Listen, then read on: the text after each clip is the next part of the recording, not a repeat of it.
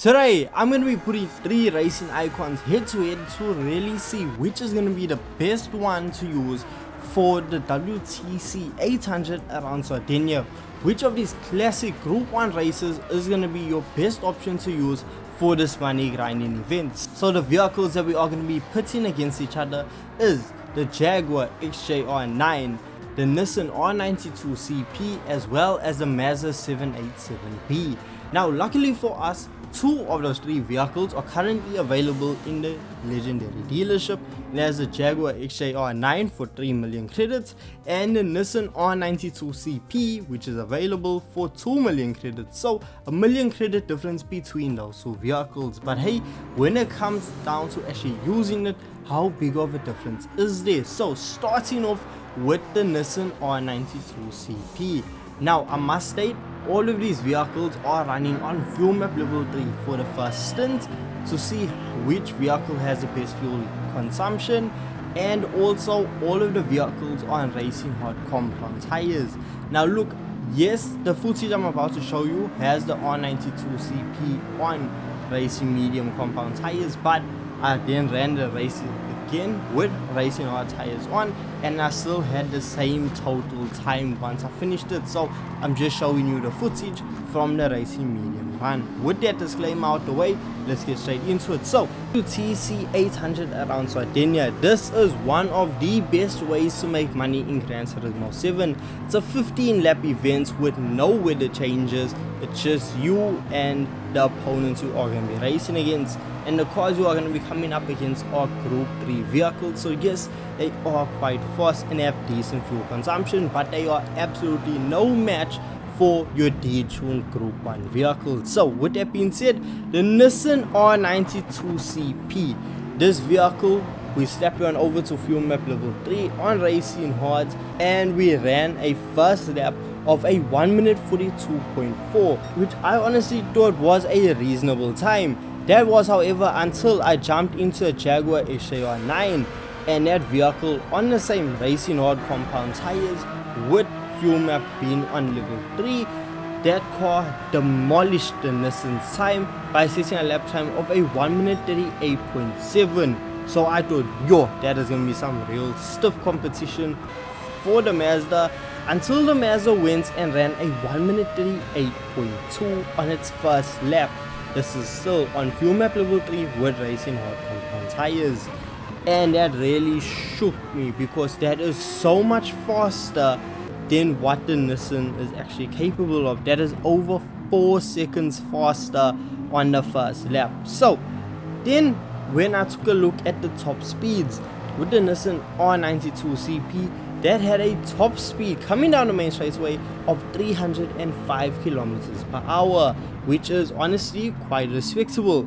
The Jaguar XJR-9 had a top speed of 321 kilometers per hour coming down the main straightaway, and just beating the Jaguar out, the Mazda had a top speed of 323 kilometers per hour, meaning that the Jaguar and the Mazda are extremely close, but absolutely leaving the Nissan far behind. Now, when it came to fuel consumption, we saw that the Nissan and the Mazda were both very evenly matched, as both of these cars had to dive into pits at the end of lap 8. However, we saw the Jaguar XJR-9 actually being a bit more thirsty because that vehicle had to go into a pit at the end of the 7th lap. Now with me coming out of the pits with the Jaguar XJR-9, I actually had to switch on over to fuel map level 4 because if I stayed on fuel map level 3, I was going to have to pit again. So that needed to be avoided, so I had to change on over to fuel map level 4, whereas the other 2 vehicles, they could still remain on fuel map level 3. Now when it came to pit stops, I had changed on over to a fresh set of racing hard compound tires for all of the vehicles, and I filled all of them up to 100%. Now when it comes to lap times, I set a fastest lap time in the Nissan R92CP of a 1 minute 36.8, with me averaging lap times of 1 minute 37, which honestly is really respectable. With the Jaguar XJR-9, I saw myself setting a fastest lap time of a 1 minute 34.9, which is so incredibly fast, and an average lap time of a 1 minute 35, which is genuinely a lot faster than what the Nissan was capable of. But absolutely blowing the doors off both of those vehicles has to be the Mazda 787B, and that's due to the fact of, I said, a fastest lap time of a 1 minute 33.6, with me averaging lap times of a 1 minute 34 second lap, which is just absolutely insane, because what that equates to is a total completion time of 24 minutes and 10 seconds. That's compared to the Jaguar's 24 minutes and 37 seconds and the Nissan's time of 25 minutes and 5 seconds. So we are looking at a difference of what? 55 seconds between the Nissan and the Mazda. And that just goes to show you how a vehicle can all be set to 799 performance points but have such a very wide outcome of performance. That's why we can clearly see that the Mazda 787B is your go-to choice for this event. But why is that? Now if we start looking at the way I have the vehicle set up, we see that the Nissan R92CP produces 858 brake horsepower and comes in at a weight of 1042 kgs. We have the Mazda coming in at 840 brake horsepower, which is less than the Nissan, but it is far lighter, coming in at 896 kgs.